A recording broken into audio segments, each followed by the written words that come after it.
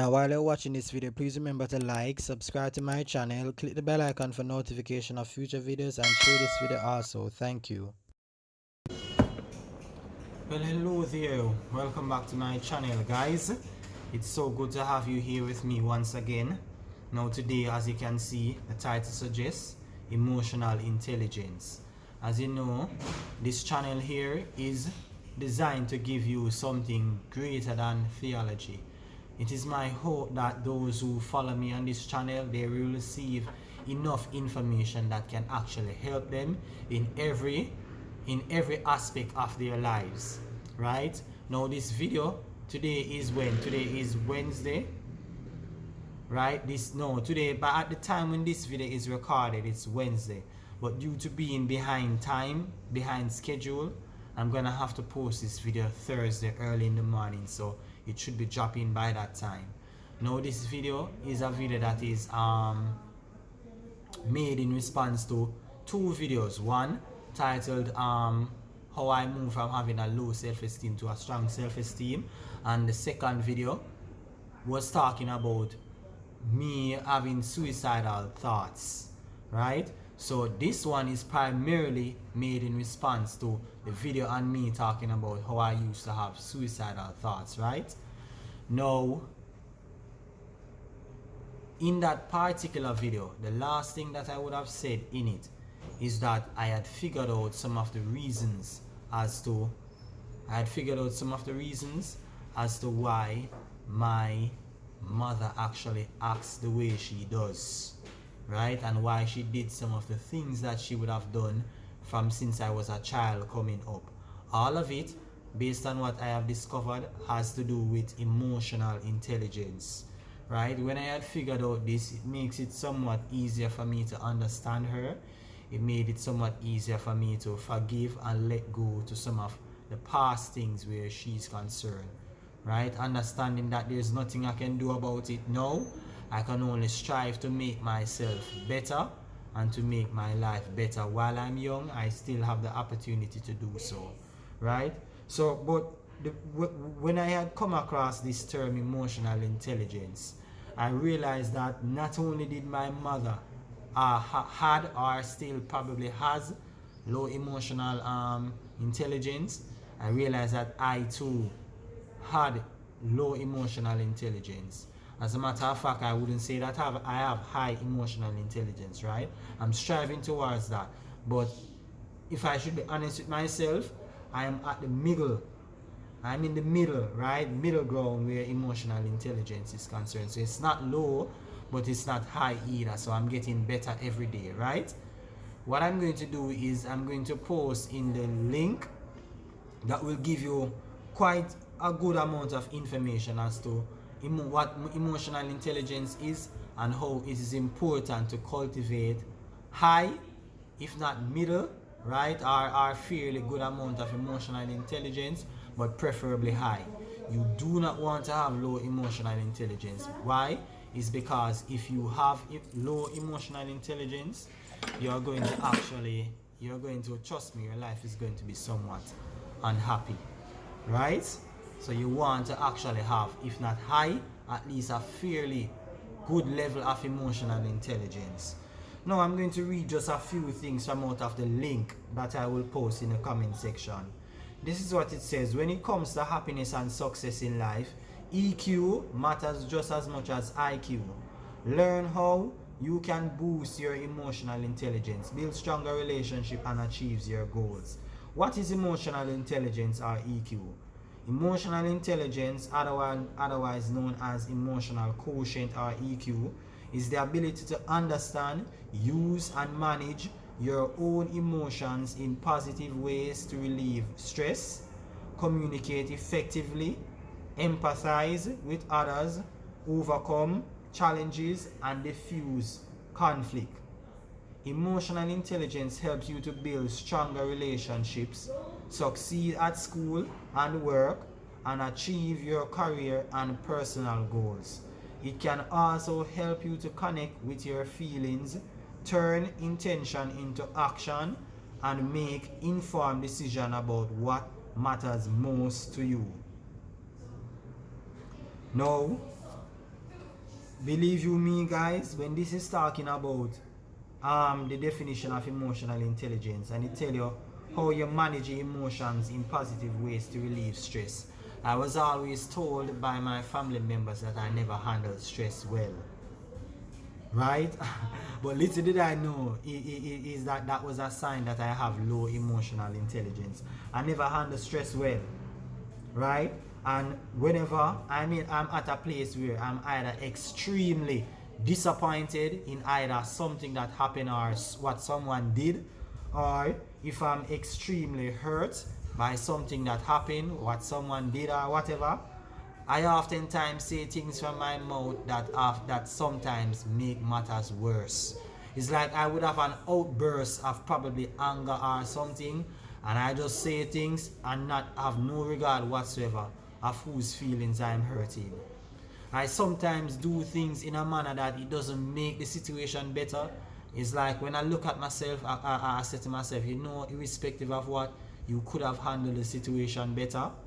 Yes, and trust me, it has caused me a lot of problems in my life, even at previous workplace and so forth, right? As I think back now, when I'm understanding emotional intelligence, I realize that some of the things that I might have done that was wrong was as a result of me having low emotional intelligence. Disappointment with either what someone did, if I felt betrayed or if I felt cheated or whatever, my response is oftentimes not good, right? It affects sometimes how I communicate, because as I say things sometimes which is not necessarily right. You understand? So this is why having a high emotional intelligence is important. The link also says that emotional intelligence is commonly defined by 4 attributes. 1, self-management, your ability to control impulsive feelings and behaviors, manage your emotion in healthy ways, take initiatives, follow through on commitments, and adapt to changing circumstances. I sucked at many of that. At first, at some point in my life, right? I never know to manage my emotions, right? And adapt to circumstances. I would sometimes complain, you understand, and do all sort of stuff. Self-awareness, you recognize your own emotions and how they affect your thoughts and behavior. You know your strengths and weaknesses and have self-confidence. That was not me.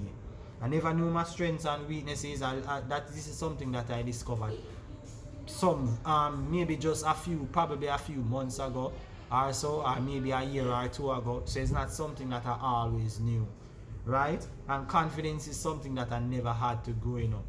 Having a low self-esteem growing up, it was also coupled with low self-confidence, right? Now it says social awareness. You have empathy. You understand emotions, needs, and concern of other people. Pick up on emotional cues. Feel comfortable socially, and recognize the power dynamics in a group or organization. Relationship management. You know how to develop and maintain good relationships. Communicate clearly, inspire and influence others. Work well in a team and manage conflict. I sucked at every single one of these, and perhaps it's one of the reasons why maybe it could be argued why I maybe never had many friends. I had friends, I know a lot of people, but I wouldn't say I have a lot of persons who I could say my friends are my friends, right?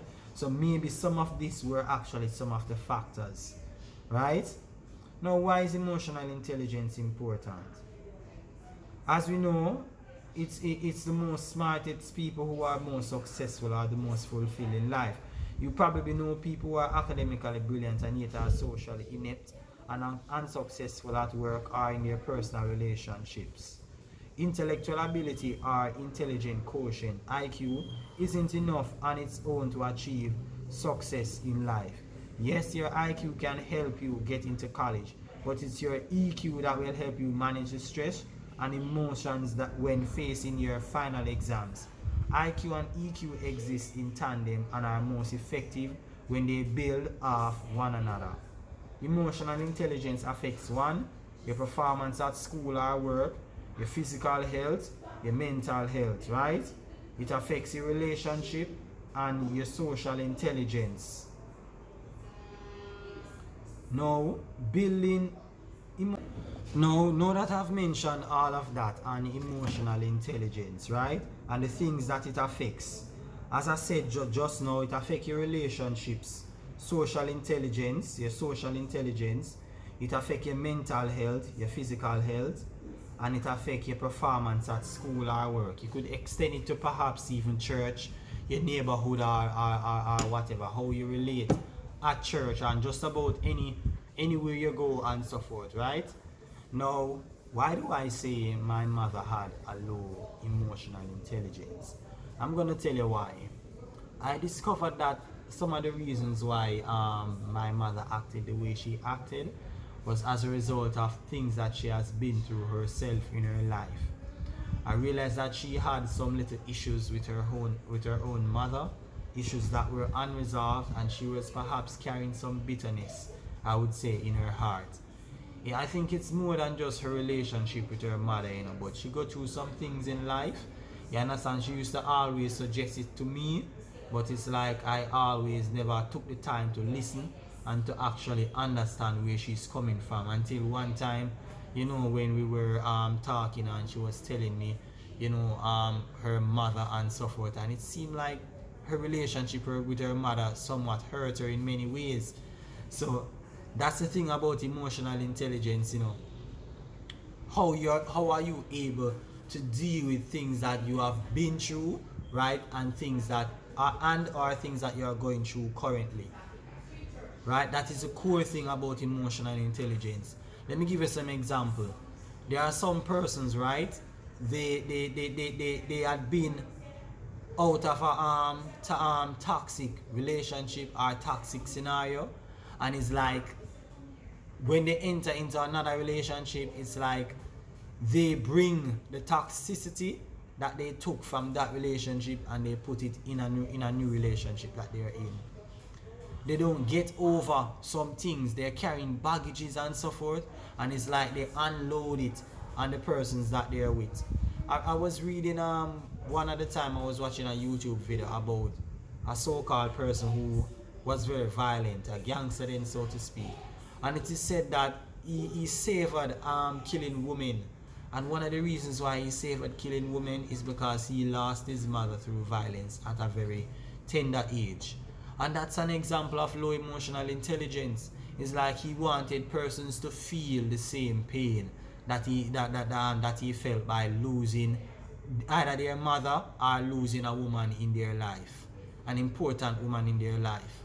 So as a result of that, it was a thing for him to actually target women.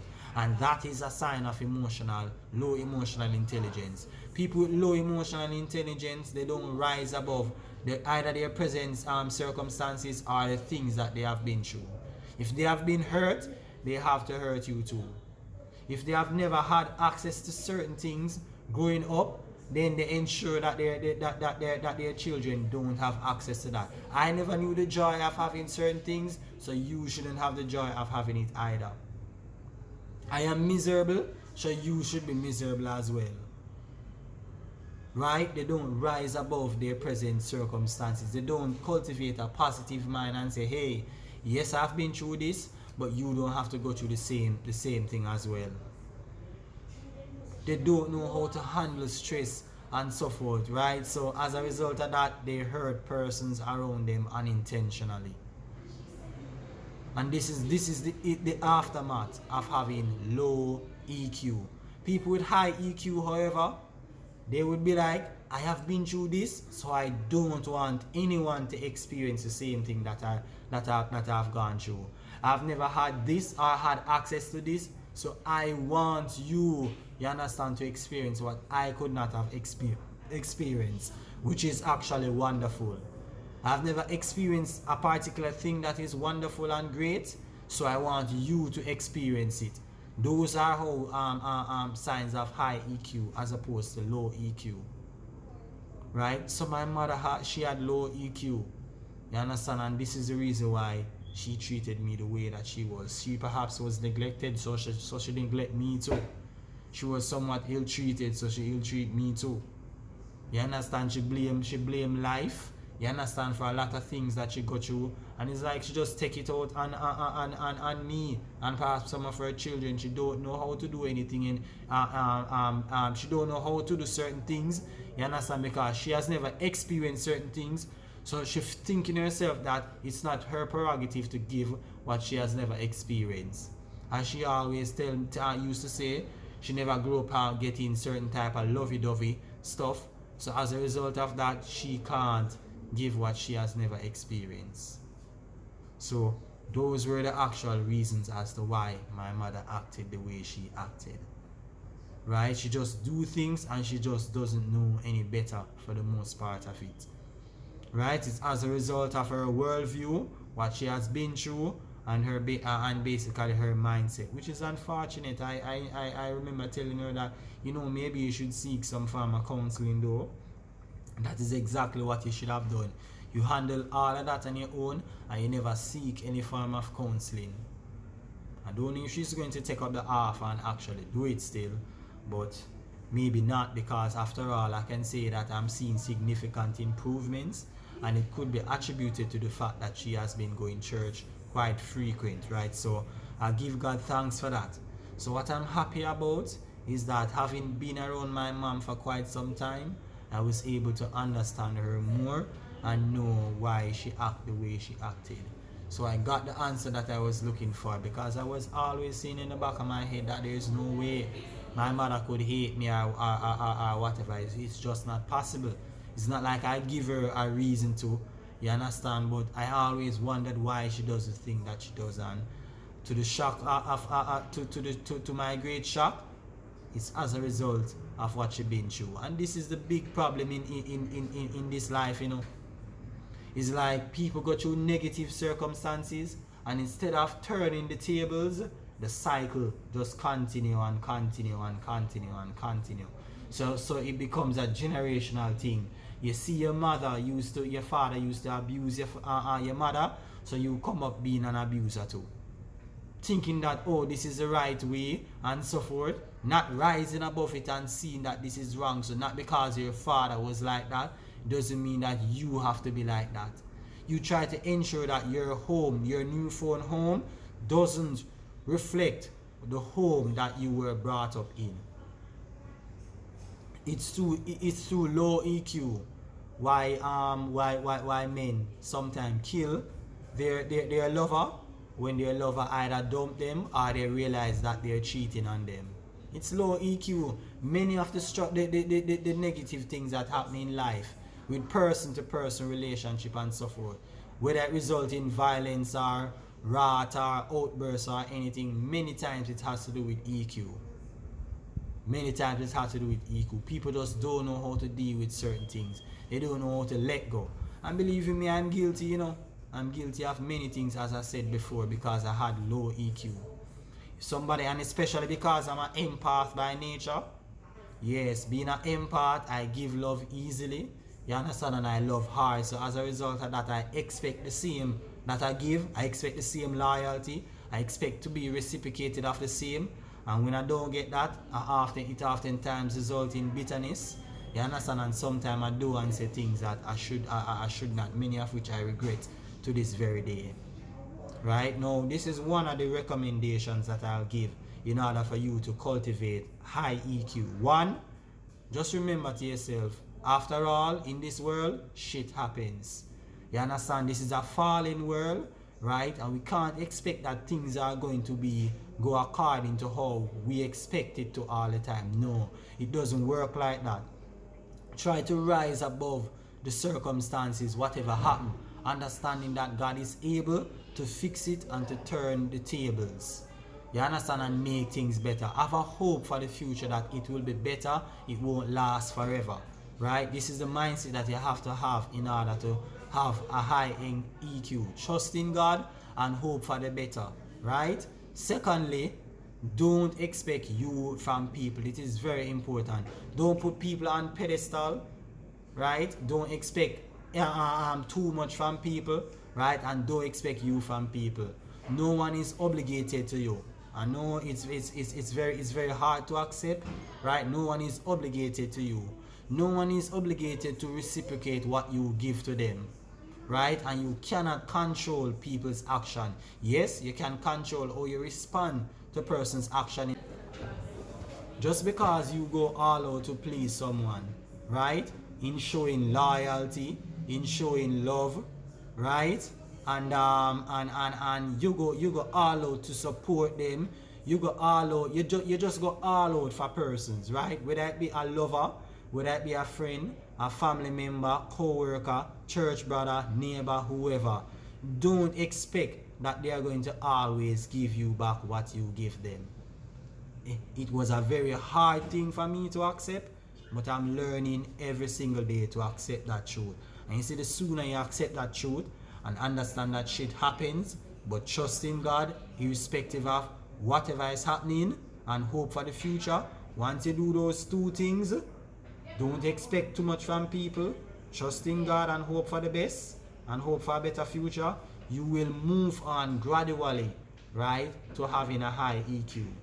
Let me add a third one to it: forgiveness. Yes, forgiveness is very, very, very necessary, you understand, to having a high EQ. Learning to take a positive out of a negative situation and learning from it. These are my recommendations of having a high EQ. In this video, I do thank you for giving me a listening ear again, right? Stay tuned for another video later, right? Bye bye now.